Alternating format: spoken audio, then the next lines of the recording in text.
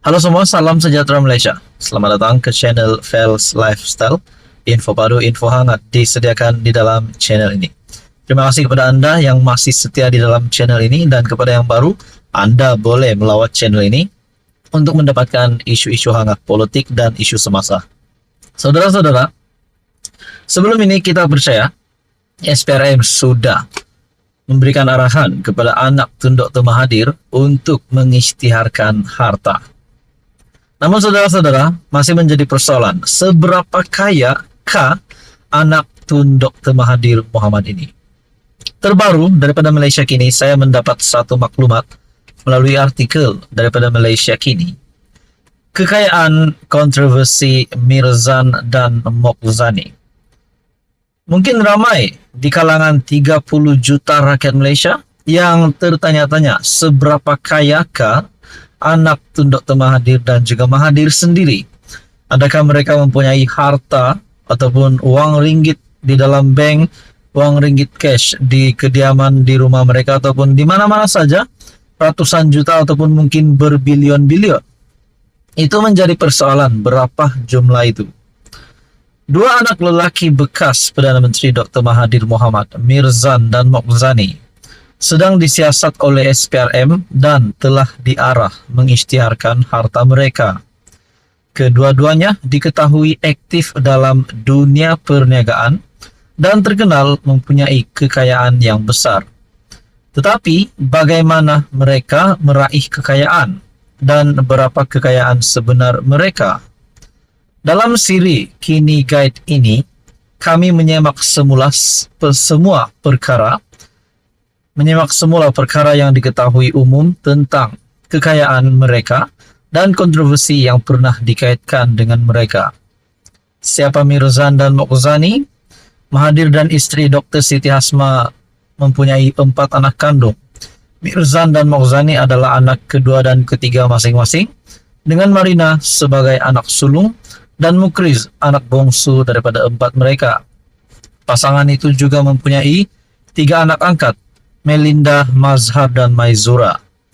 Menurut Bloomberg dan laman web alumni University of Pennsylvania, Mirzan pernah bekerja untuk bank pelaburan yang berpangkalan di AS Salomon Brothers dan kini merupakan pengasas dan ketua pegawai eksekutif syarikat pegangan pelaburan dan penasihat keuangan Malaysia Crescent Capital Sdn Bhd.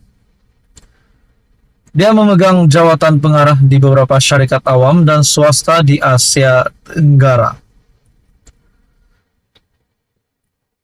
termasuk penapis minyak terbesar Filipina Petron dan pengeluar elektronik tempatan Betamax. Dia juga merupakan bekas Ketua Pegawai Eksekutif Konsortium Logistik Berhad ataupun KLB. Sementara itu, Forbes pernah menyenaraikan Mokzani sebagai antara orang terkaya Malaysia beberapa kali sejak 2007. Forbes meletakkannya sebagai ke-9 terkaya di Malaysia pada 2013 dengan kekayaan lebih RM4.22 bilion daripada industri minyak dan gas. Dia mengasaskan fabrikasi peralatan minyak kencana petroleum yang kemudiannya menjadi Sapura Kencana Petroleum. Berikutan penggabungannya dengan Sapura Crest pada 2012 dan kini dikenali sebagai Sapura Energy. Mokzani dilaporkan telah melepaskan pegangannya dalam Sapura Kencana pada akhir 2017. Perjalanan Mirzan pula pada 1990-an, Asia Week menilai pegangan Mirzan dalam syarikat awam saja melebihi AS 880 juta. Pencapaian utamanya di Malaysia selepas pulang dari AS adalah dalam Konsortium Perkapalan Berhad KPB, pendahulu KLB.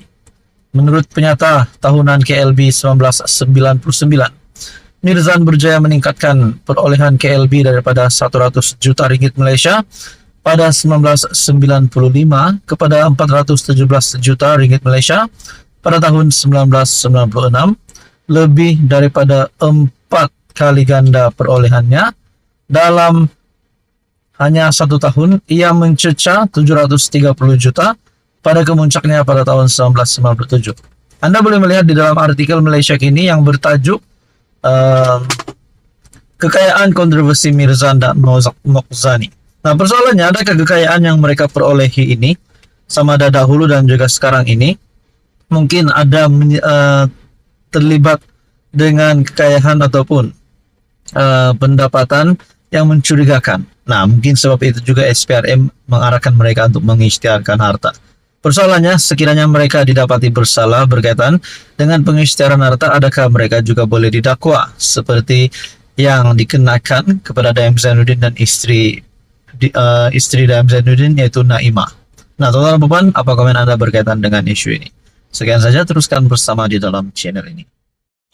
Halo semua, salam sejahtera Malaysia, tuan-tuan dan puan-puan yang amat dihormati. Terima kasih kerana masih setia bersama di dalam channel ini.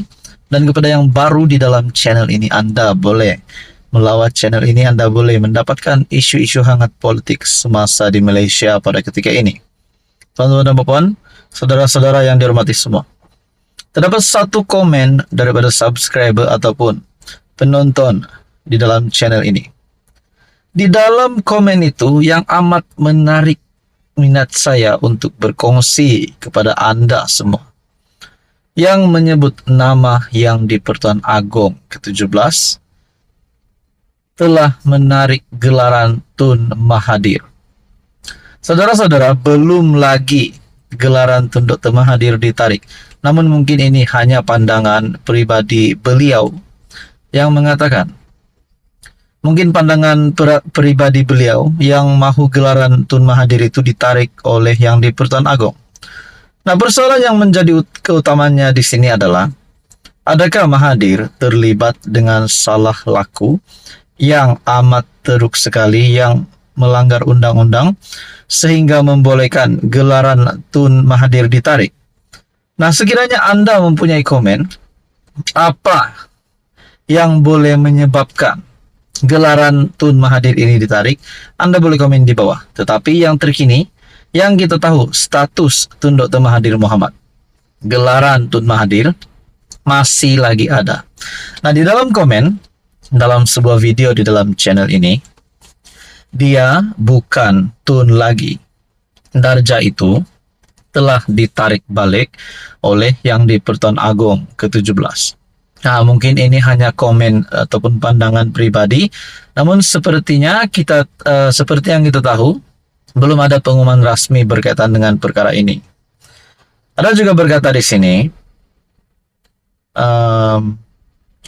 mungkin ada yang komen, ada yang bersetuju juga gelaran Tun Mahathir ini ditarik. Tapi saudara-saudara, mesti ada sesuatu penyebab, mesti ada sesuatu reason, alasan kenapa gelaran Tun Mahathir ini boleh ditarik. Mungkinkah Tun Mahathir telah melanggar satu garis panduan ataupun satu perkara sehingga membolehkan gelaran Tun Mahathir yang dimiliki oleh Mahathir ini ditarik? Saudara-saudara yang dihormati semua, kita juga tahu bahwa pada PRU15, Tun Dr. Mahathir telah kalah teruk. Satu kerusi GTA pun tiada yang dimenangi. Namun itu juga menjadi persoalan, adakah selepas PRU15, selepas keputusan itu, Mahathir akan bersarah, Mahathir akan pensiun daripada politik? Namun jawabannya tidak, karena kita dapat lihat sebelum ini pun Mahathir masih aktif dalam politik, bahkan membuat kenyataan-kenyataan yang pasti menggemparkan kerajaan, terutamanya Anwar Ibrahim. Nah, saudara-saudara, bagi Anda yang bertanya, adakah gelaran Tun Dr. Mahathir ditarik? Nah, itu jawabannya adalah tidak. Belum ada perkara rasmi berkaitan dengan itu. Namun kita menerima mungkin ini hanya pandangan ataupun satu komen daripada netizen ataupun subscriber dan juga penonton di dalam channel ini. Saudara-saudara, sekiranya Anda mempunyai komen berkaitan dengan isu ini, Anda boleh komen di bawah. Teruskan bersama di dalam channel ini untuk info yang seterusnya.